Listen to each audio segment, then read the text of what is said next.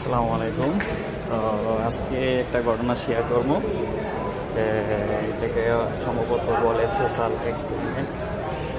তো কয়েকজন লোক আসছে, আইসা সম্ভবত ওরা হয়তো স্টাডি করে বা স্টুডেন্ট বা এরকম কিছু। বসে আছি আমরা একটা মার্কেটের সামনে। তো জিজ্ঞেস করতেছে যে 2-3 মিনিট সময় হবে, আমরা কিছু বলবো, তো আমাদের কথাগুলা তোমরা শুনবা। তখন আমি বললাম হ্যাঁ আচ্ছা ঠিক আছে।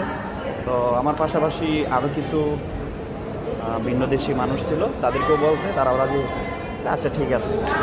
তো শুনতে গেলাম, তখন তারা বলতেছে, মানে এমন এক কথা বলতেছে।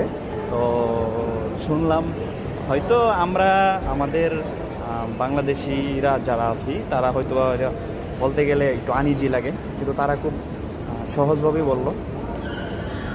তো বলতেছে যে তোমরা যে খাবার খাও, খাবার খাওয়ার পরে তখন ওইটা গ্যাস হয়, বায়ু হয়, তখন ওইটা পাইপ পথে যখন বের হয় তখন এটা কয়েক রকম হয়। যেমন হলো মদ করে শব্দ হয়, আবার হচ্ছে আস্তে করে চলে যায়, আবার এটা দুর্গন্ধ হয়। তো এরকম বলতেছে। তো আমরা তো একরকম লজ্জা লাগছে, কী বলে এগুলা।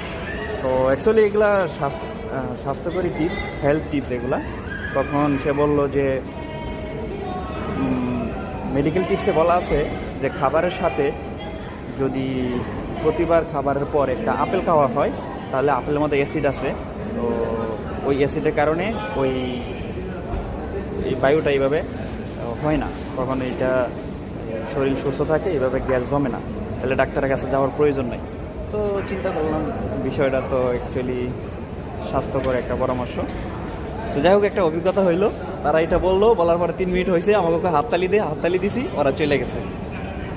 তো যাই হোক, এই উন্নত জায়গায় উন্নত টেকনোলজি, উন্নত হেলথ টিপস সব কিছুই তাদের মতো করে উন্নত করে রাখে।